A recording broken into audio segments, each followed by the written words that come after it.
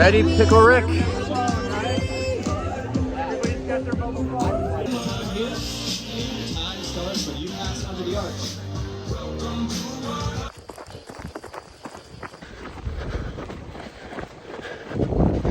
Sun's coming up. Looking nice.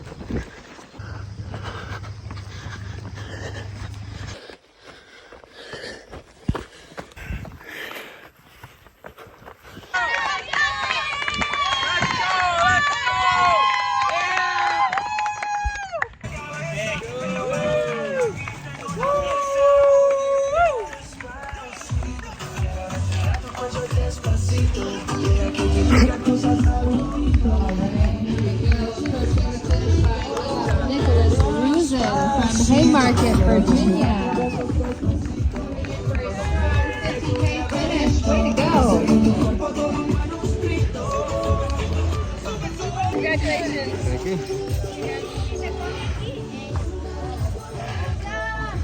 Well done. Good job. Hey, good job, man.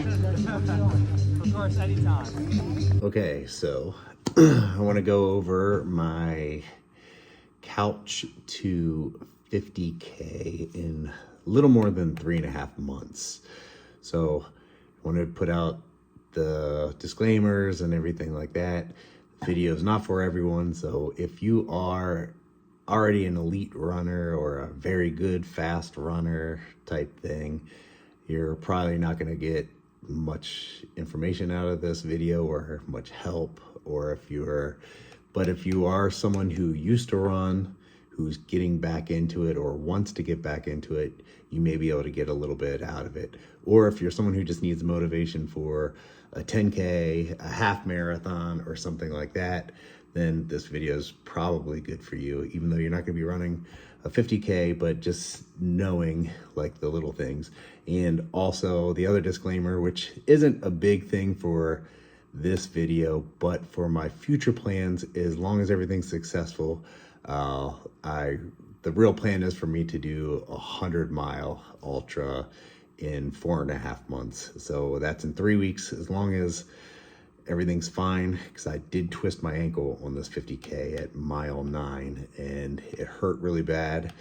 I was able to finish with plenty of time left, but it swelled up and everything. But it's been 2.5 days and it actually doesn't feel like it's going to be a huge issue. It's a little swollen, so I'm not going to do anything silly with it. I'm going to try to take everything easy and kind of see what happens. So, but as far as me, disclaimer, I've lost over 50 pounds in these last 3.5 months getting ready for this. So if you want to use running as motivation for you to lose weight, that was part of the reason for me. Is I was like, hey, if I don't do this now, I'm not going to do it. I'm 45 years old.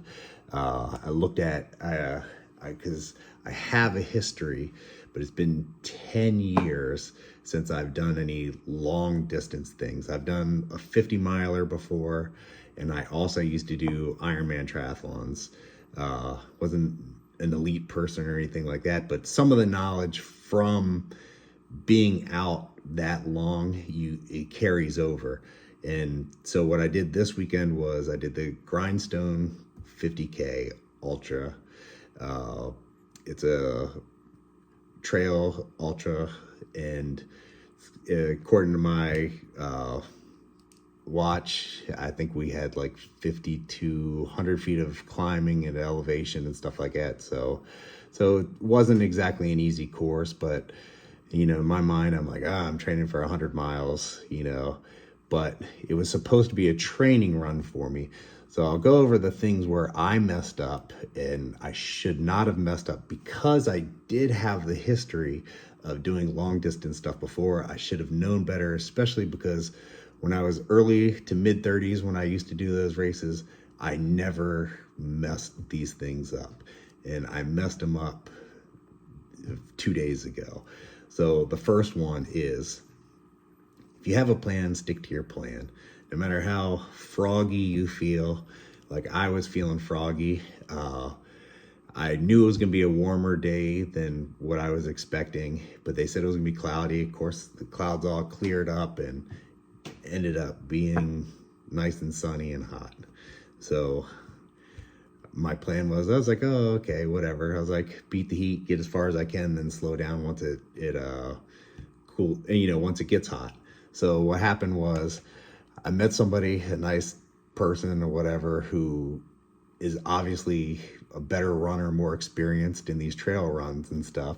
I told him my plan. I was like, oh, I plan on doing whatever, and then just carrying on through, practicing my eating at aid stations and stuff like that, because that's part of the training for a 100-mile, and plus sleep deprivation. So I actually didn't sleep. I left my house at 2 a.m, drove to the race, had to sit there, did packet pickup and everything, but that didn't seem to affect me at all.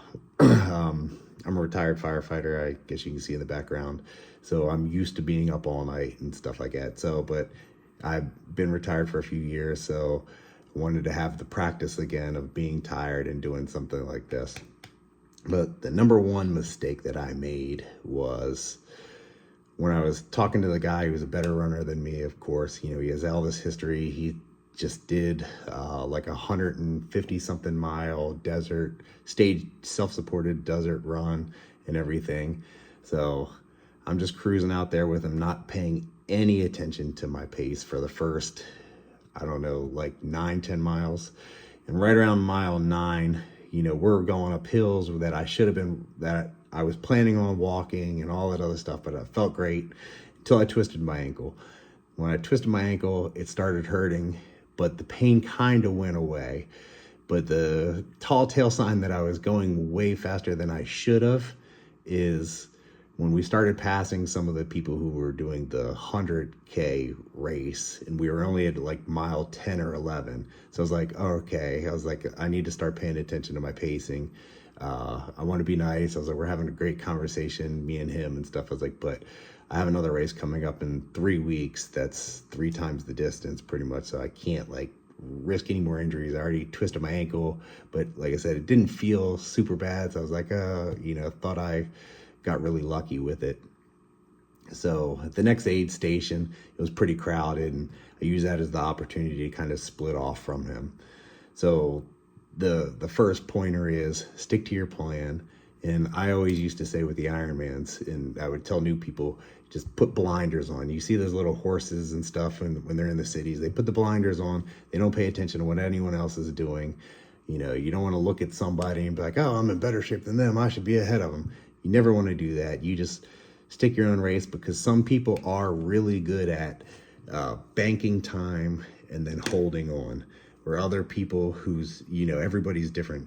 Other people are good at just slow and steady wins the race. So you have to know what you're good at, and also, what your strategy is as far as like cutoff times and all that other stuff. That's why some people are like, I can just hold on and do whatever, but because of that, I have to bank time for whatever reason. But fortunately, though, the longer the distance, they're more generous, because if you're doing a 100-miler, they're going to give you more time. But if you're doing something like a 50K, it depends on the race, depends on how everything is.